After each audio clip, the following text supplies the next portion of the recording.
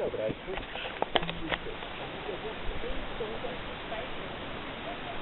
Asta e 8 cubi.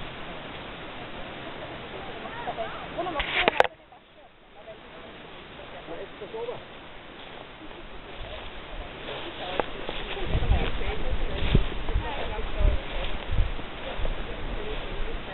Tanti c'è in cavallia.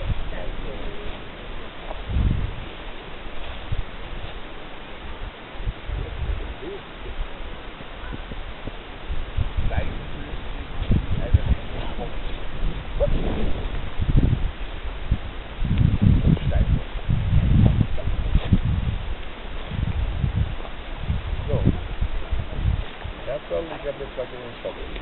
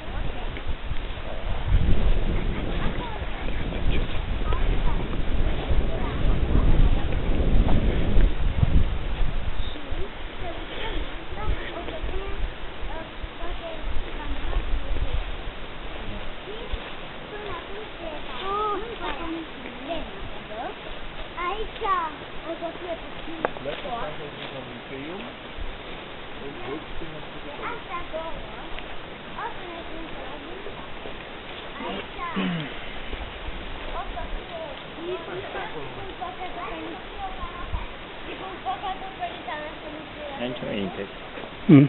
Aici nu e interin.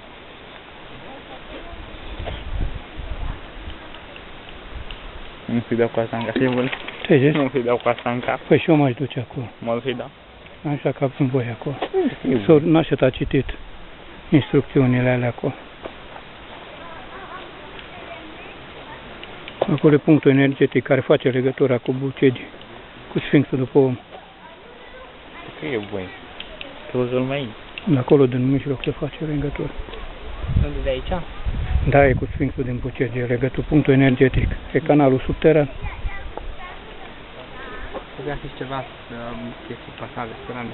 Păi este pasajul care duce pe omul, sub omul, la aceeași adâncime. De unde pornește? Nu știu, nu? De la omul încoace. Și de aici merge la Durău, Rarău. Pe locul Rarău. M-ați închis, nu se poate merge. În corpul de lumină se poate merge. Numai în corpul de lumină. Când în vise vă poartă îngerul în corpul de lumină, ajungeți acolo. Și se poate. Interesant.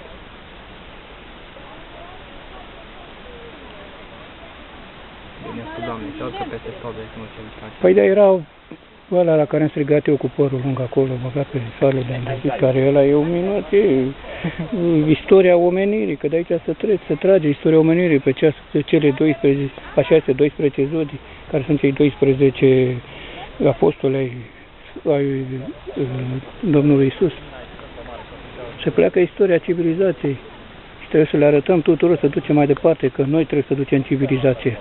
Adevărat. Mă întorc în partea bunilor mei. Dacă au dispărut toate lucrurile și care să le facă? Noi mai încercăm, unii dintre noi mai încercăm să le mai aducem aminte, să le arătăm oamenilor, pentru că așa este bine. Unde se mai găsesc informații, cărțile despre? De obicei, noi, doamna Florea Georgeta a scos niște cărți, noi chiar o avem la mașină, nu știu dacă soția o are unde... Deci aici este păzit de zeul Zamorsi și de Decebal. Deci sunt stăpânind, de-aia m-am rugat la ei să îmi prezintă și am văzut ceva, dar mă rog, asta e pentru mine. Da, am înțeles. Nu discutăm alte lucruri.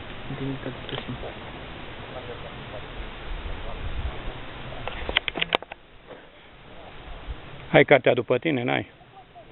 soarele de ani de zile. Sunt informații extraordinar de prețioase. Aici e energie multă. Acolo în centru unde e doamna, dar să se ridice, că poate, mă rog. Stă până mâine. Nu, păi dacă e prea multă, dacă nu primești La degeaba soarele de asta. ani de zi trebuie să stăm. Uite-l acolo, Nu este acolo. Asta e lemn. uite-l mă, Numărul 10, sanctuarul mare circulație. Unde e acolo? uite-l ăla, e soarele de ani de zi. Tu nu înțelegi? Uite, ăla e. E numărul 10 cu pancare.